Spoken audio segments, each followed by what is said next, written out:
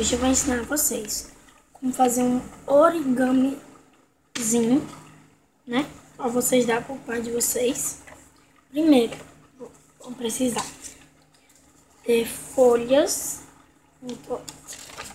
Eu usei uma grandona e cortei no meio para fazer duas. Ó, aí você dobra no meio. Se você quiser, você pode fazer com a grande. Com a folha grande.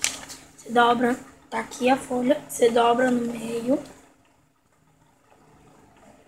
Ó, aí vai, pega uma tesoura e corta bem aqui assim.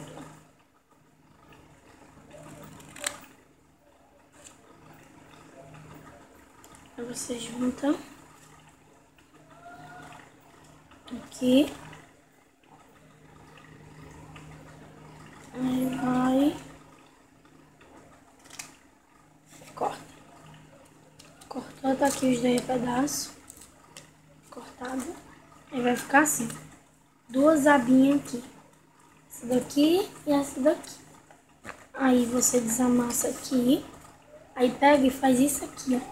Não tem uma abinha aqui? Traz ela pra cá. Traz a outra pra cá. Se você quiser, você pode colorir. Eu não quero colorir, eu quero só deixar assim mesmo. Aí, o lado que fica aberto assim, ó, gente. O lado que fica aberto assim, que vai ser, no caso, esse. Você pega, bota por dentro do negócio. Abre um pouquinho do outro. Deixa eu botar aqui.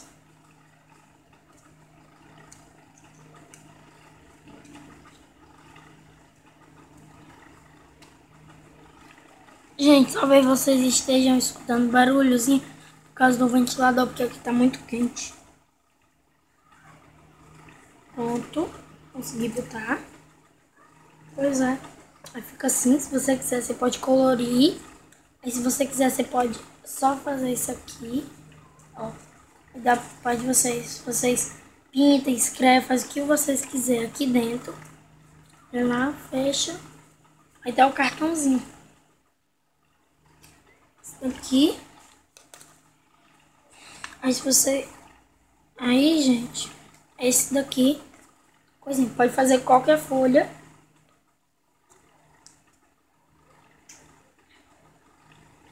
E roupa nova. Aí se vocês quiserem, pode fazer um desenhozinho. Eu vou tentar botar aí no final do vídeo a foto como foi que eu pintei, como foi que ficou o meu. Tá bom? Ou eu boto outro vídeo mostrando como foi que ficou o meu. Então, gente, foi esse o coisinha que eu quis mostrar para vocês. Então, eu queria mostrar para vocês.